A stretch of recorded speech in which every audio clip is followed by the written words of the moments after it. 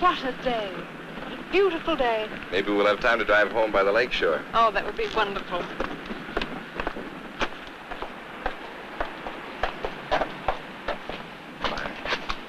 Bye-bye, Jim. You have a good day, and I'll pick you up about 5. Fine.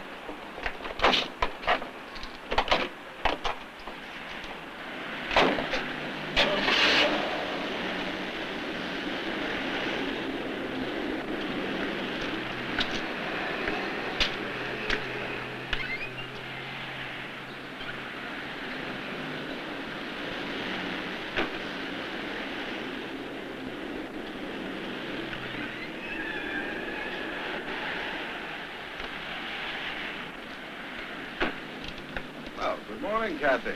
Out for a little walk? Yes, I'm just going out for a little walk. Good.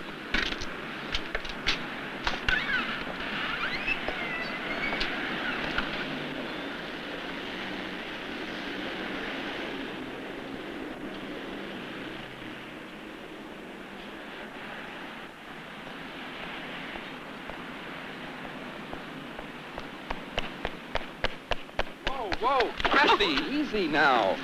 Where are you off to? Oh, Carl, Look, you flattened down for a minute. You were really coming fast. You almost knocked me for a loop. Carl, I can't... What do you say you come back with me and tell me about it there? I don't want to go back. I don't want Kathy, to. it's just for a minute, just for a little while anyway. Later, maybe, if you still want to go, okay. This afternoon, we could go for a walk. When I came inside, and it seemed so dark and gloomy. You know what I mean? Sure I do, Kathy. I couldn't help it. I just had to get out. Back into the sun. Now, what's so bad about that? I guess everybody thinks about it, about running away. Uh-huh. Kathy? And yours, Carl. Thank you.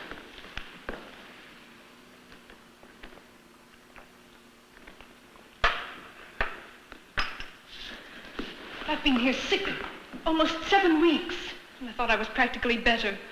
Practically ready to get out. Kathy, running away doesn't mean a thing. I ran away myself less than a week ago. I got further than you did. Good morning, Dr. Saunders. Carl, morning again, Kathy. Dr. Saunders. Dr. Saunders, when you saw me, Yes? I was running away. Were you? Well, you're back now, so I wouldn't worry about it. You can tell me about it this afternoon. We have an appointment, haven't we? All right, Doctor. Fine.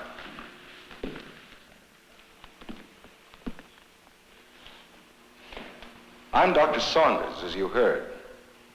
Kathy Bowen is one of my patients. Oh, I'm not her regular doctor, you understand. This is the Allan Memorial Institute of Psychiatry. It's part of McGill University. Some people call the Allan a rest home, and in a way, I suppose it is. Others, shall we say the uninformed, call it, well, many things. Actually, the Allan is a rather special kind of hospital. Special in the sense that we're just as interested in research into the cause and treatment of mental illness as we are in the actual treatment itself. That's why some of the things we do may not fit in with your idea of a mental hospital. Things like our open door policy, our day hospital, group therapy, sociodrama, and so on. But perhaps the best way to explain it is to tell you about Kathy Bowen herself, what we're trying to do for her here, or what's more important, what she's trying to do for herself. It was about 7 weeks ago that Kathy first came to see us. I don't know, Doctor. I just can't seem to get through anything anymore. Things pile up, you know, just the dishes and the meals and the kids' clothes. There never seems to be any end. And I'm so tired all the time. I didn't think it was anything, well, of this sort. I thought she was, well, too tired all the time. I said she should get the doctor to give her a tonic or vitamins or something, but he told us to come here. Mrs. Bowen, how long did you say you felt this way? About a year? I really don't know. I can't seem to remember. I think it was about a year ago. Just a little while after your mother came to stay.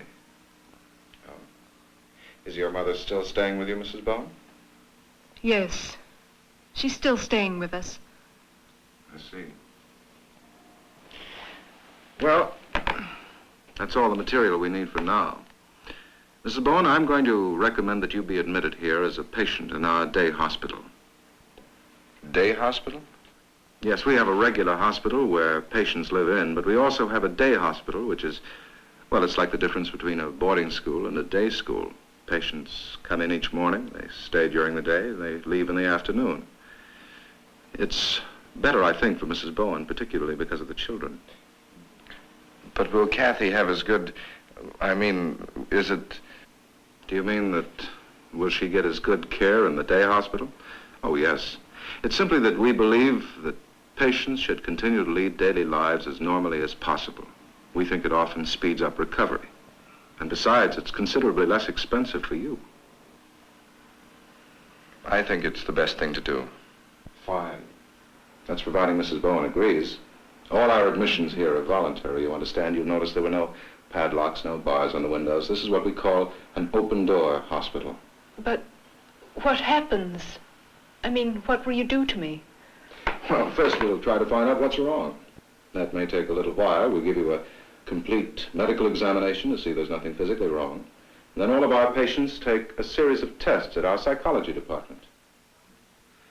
Just as blood counts, urinalyses, and other tests help track down physical illnesses, so these tests help track down the nature of mental illness. Like Kathy, this patient shows signs of being confused and disturbed. An electroencephalograph reading is standard, of course. By recording the brain's electrical impulses, it gives us an idea of how various parts of the brain are working and whether or not they are actually damaged, although mental illness is rarely caused by brain damage. Patients spend most of their time in the big day lounge. They may leave for treatment, perhaps electric or insulin shock, or they may get tranquilizing drugs. But another important part of the treatment is just being with other patients. In this way, they learn that other people have the same troubles. We find that really disturbed people get a lot of help from those who are improved.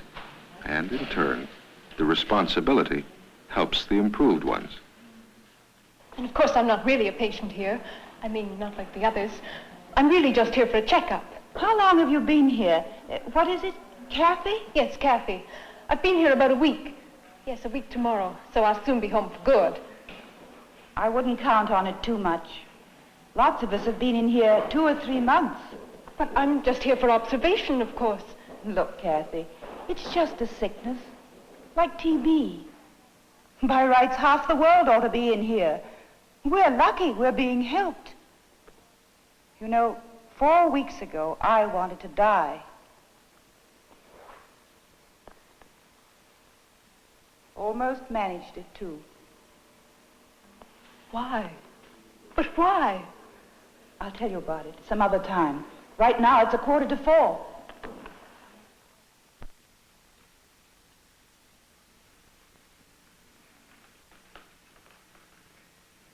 There's something I can help with, Mother? No, dear, you know I said I would look after everything. There, now it's all ready. But And besides, you must rest your nerves. All this nonsense about keeping up with things.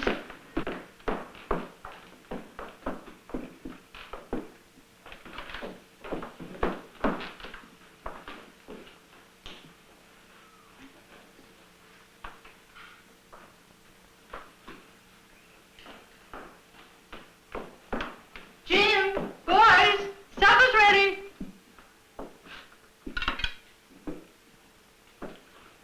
But Mother... What's for supper, Grandma? What is it? Oh, salad again. Why do we always have to have old salad all the time? Because it's good for you. In my day, we didn't get enough salad. Oh, perhaps I should take this place, Kathy, just for the time being, I mean.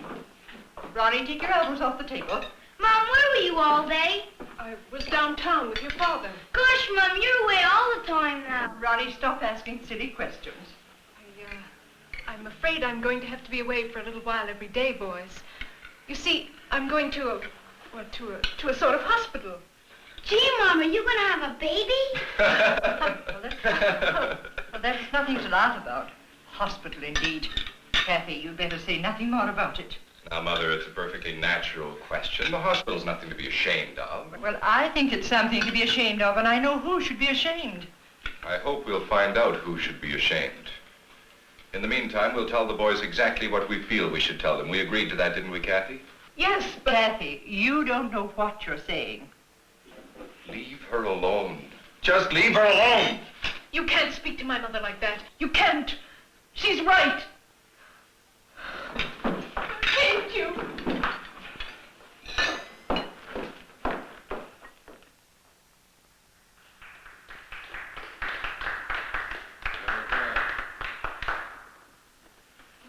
You remember I mentioned something called sociodrama. Well, this is it. Most of the people here have some trouble getting along with other people. Difficulty in socializing, we call it. Well, in sociodrama, a social worker helps patients act out some of these everyday situations. We think it often helps relieve some of their difficulties, and quite often, it gives a particular patient a rather startling insight into his own problem. Well, now I see they're starting again. All right, now, let's do something else, something new, something simple from everyday life where we have trouble, difficulty in talking to people. Anybody make a suggestion? Something new. Well, how about, like sometimes, you know, I'm downtown and I'm in a restaurant, sitting at a table by myself, and a guy comes in I've never seen before. And sits down opposite. And you don't know whether you should talk to him or not. No, You don't know whether you should talk to him or you should hide behind the paper. Yeah. Yes, well, that's a very, very good idea, but we did that last week. And we want to try to do something that we haven't done before. Thank you very much. That's a very good suggestion. Now, let's try this week to do something completely different, something else, something we haven't done before. How about my mother-in-law and neighbors over for tea? Your mother-in-law and the neighbors over for afternoon tea. Yes, Do you like your mother-in-law? not very much. You don't. I think that's a wonderful idea. Let's try that. Well, that's a very good idea. All right, now, we're going to need a mother-in-law, somebody to play the mother-in-law's part. How's about you? Won't you do it for us? No? No? Are you sure? All right, we'll come back to you later. Okay, now, who's going to play the mother-in-law? How's about you? Will you play it for us? All right. Oh, that's wonderful. You're helping us out. That's very good. Okay, you can go up to the table and play the mother-in-law for us, all right? Thank you very much. Now, we're going to need someone to play the daughter-in-law. Who will play the daughter-in-law for us? Will you? Because it was your suggestion. Will you play the daughter-in-law? No. No. Okay, well, you'll watch somebody else play it, okay? Yes. Okay, who will play the daughter-in-law? How's about you, dear? Will you play the daughter-in-law for us? No, I couldn't. Oh, come on. Now, you have a mother-in-law, don't you? Yes. Well, then you know what it's like to be a daughter-in-law. How's about helping us out? Oh, all right, I'll All right, try. well, help us. Thank you very much. You just go up to the front. Now, what we need is two neighbors. Will you play one of the neighbors for us? Simple. You'll enjoy it. You'll have lots of fun. Okay, good girl. Now, one more neighbor, because it's a small neighborhood, and all we need is two neighbors. How's about you? You'd like to play it, wouldn't you? Okay, fine. You play the other neighbor. Okay? Good. Now we have the whole cast. We're all here. Now, the scene that we're going to do is between a mother-in-law and two neighbors who have come for tea, right? And you're the mother-in-law, and you're the daughter-in-law, and you are one of the neighbors, and you're the other. Okay, good. Now, why don't you like your mother-in-law? She's not very nice to me. Does she criticize you? Yes. And she always says nasty things about you. Yes. And puts you on the spot. Yes. Well, good. I think that's a good reason to not like your mother-in-law. Don't you think so? Yes. Good. Good. Okay, now you all understand that? And you understand it? Yes. You do. You all understand that? Okay. Now, Mrs. Bailey, I want you to be a really miserable mother-in-law, okay? Now, let's try it.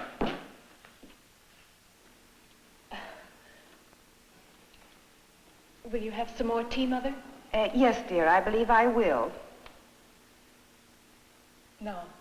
What is it? 1 lump or 2? My dear, surely you should know by now. 2. I'm sorry, Mother. Mrs. Brown? Yes, I believe I will. It's such fine, strong tea. Don't you find it a trifle too strong? No. My dear, I do wish you'd buy that China tea I've been telling you about. Yes, Mother, I'll try it. Tea, Mrs. Gray? Please? I always made it for Bill. That's my son. I tell you what I'll do, dear. I'll bring a packet next time I come. That would be nice. But I'm not sure that Bill, is very fond of it. My dear, how can you say such a thing? I know he likes it. After all, he drank it long before he met you. Well, I happen to know that he doesn't really like it anymore. As if I didn't know what my son likes. Your son. Your baby, you mean? That's the way you treat him. And me, too. You've always treated me like a baby, like a little girl. You know best. You always know best. You try to run me and Jim and the boys, run everything, just like you used to run Dad. You've always run me just the same way, and I've let you. I've let you! I hate you, do you hear? I hate you!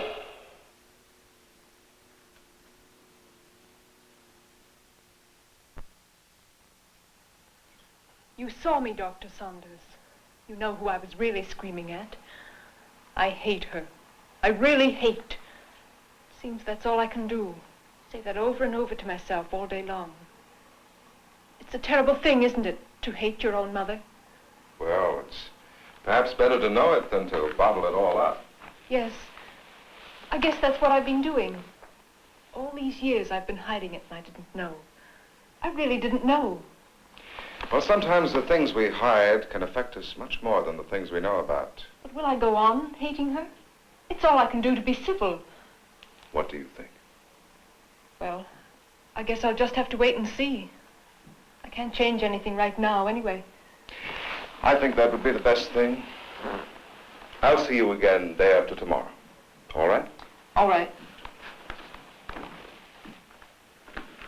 Day after tomorrow, you said? Right, Kathy. Thank you. Goodbye. Well, Kathy's very lucky. She's beginning to know what's wrong with her. She's probably reached the turning point in her illness.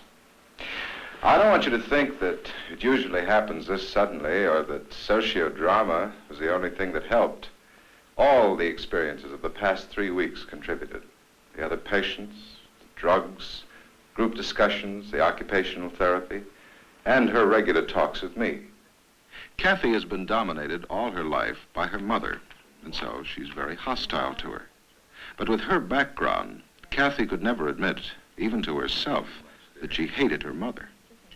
And so this hostility, never admitted, but always present, slowly wore away at her normal emotions. Sometimes, instead, her hostility was directed at other people, her husband, friends, even strangers. And sometimes it so clogged her normal emotions that she became confused, depressed. Well, now she recognizes that deep hostility. But that's all. 2 minutes, Mother. Oh, My now, turn. just a second, Kathy. I think I can get rid of this pesky X. 2 minutes. You'll have to wait until next time. Now, let's see what we can do with this mess. I don't know what's got into you, Kathy. You know we're never that strict. Oh, Mother, do be quiet. I'm trying to think. I've been thinking, Kathy, and... Mother! I've been thinking, and I believe the boys should be sent away to Aunt Margaret's. I think the strain is too great for you, Kathy, with your nerves the way they are. What do you think, Jim? What's Kathy say? I think things are fine, just the way they are. I think Kathy's right. She's handling things just fine. But is it fair to the boys? You know, having them around when their mother's like this?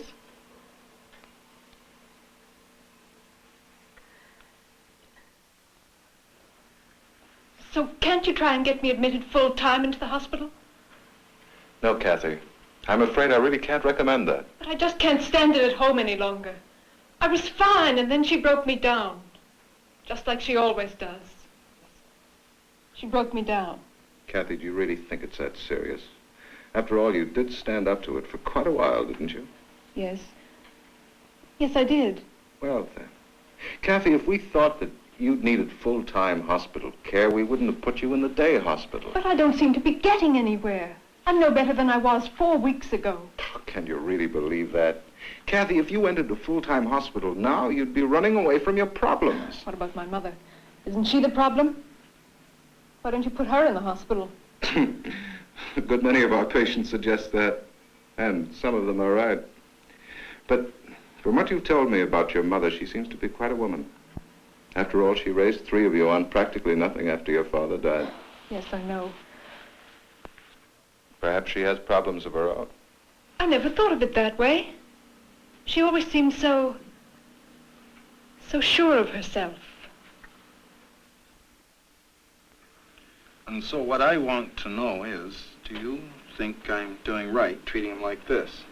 Oh, just a moment, Mr. Stewart. For those who just came in, I'd like to explain what we are going to do. Now, you all have a relative here in the Allan Institute, and what we are going to do is simply talk about some of the problems of this particular illness, because you all can be of great help in the recovery of your patient. Now, Mr. Stewart tells me that he's trying to treat his patient. Will you tell them, Mr. Stewart? Well, what I'm trying to do is not treat him too soft, as if he needed babying or anything, but not treat him too hard, as if anything was his fault. Is that right, Mrs. Feinberg? Have any of you others any ideas? Well, I'm not sure I agree with that. After all, the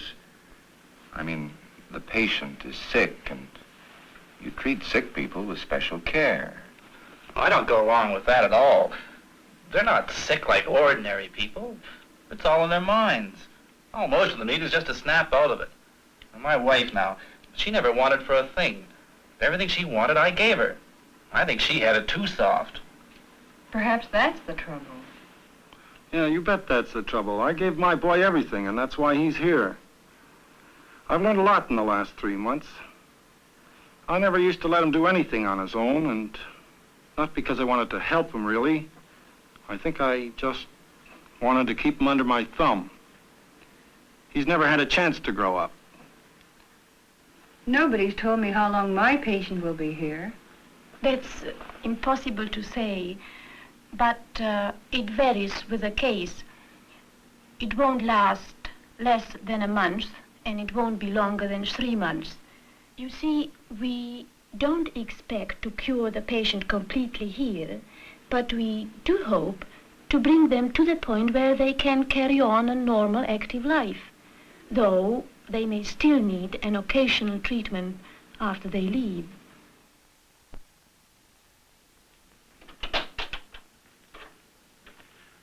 I thought you should see this room. Occupational therapy. It helps patients relax, gives them a sense of accomplishment, and often it helps us follow their progress. You'll see in a moment when I show you some of the things Kathy's done. Oh, Miss McNeil, could I have Mrs. Bowen's paintings, please? Oh, yes, Doctor. Thank you. Some of our patients like to finger paint, and sometimes their paintings tell us a good deal about them. Kathy's one, and some of the paintings she did, beginning the first week she was here, are really quite revealing. I'll show you. Thank you, Miss McNeil. Now, this is Kathy's first painting. Look at the dark colors, the thick, heavy clouds. Now here, a tiny figure, that's Kathy. And over here, the huge, dominant one. And we know who that is. Now let's see the paintings progress. Now we'll notice that the colors here are considerably brighter. This cloud pattern is rather unusual and is quite significant. The mother figure, although still large, is now facing us. The house now has a door. And Kathy is somewhat larger.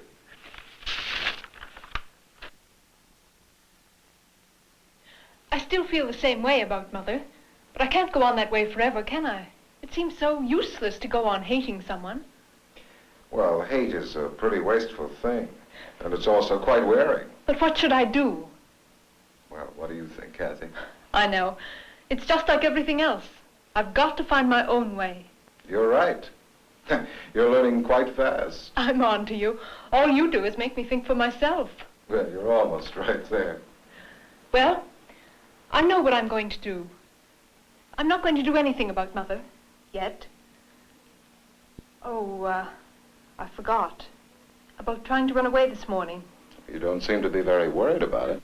I'm not anymore. What did you think about this morning? When I came inside, it seemed as if I were leaving all that brightness and busyness and coming into a dark sort of nothing.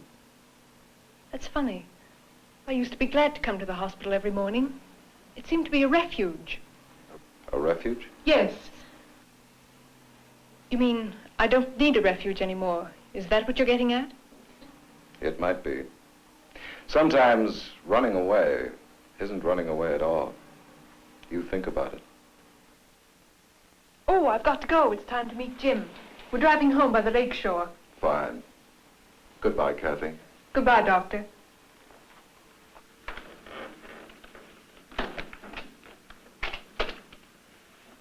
So that's Kathy's case, or a small part of it. It's not through yet. Oh, Kathy's doing fine, and she'll probably be out of here in a couple of weeks. But there are ups and downs in this type of sickness, so that we can't be completely sure just how Kathy's future will go. Even if it goes well, Kathy will have to work hard for the rest of her life at being mentally healthy. She'll have to avoid the things that are bad for mental health, do the things that are good, just as a diabetic or a person with tuberculosis would. We believe that Kathy improved more rapidly here than she would have at a full-time hospital. Of course, not all types of mental illness can be treated at day hospitals, but we believe that there are certain advantages for patients who can. Oh, by the way, I thought you might like to see Kathy's latest painting. She did it today. Jim. It's good to see you. Have we got time to drive home by the lake shore? You bet we have. Good.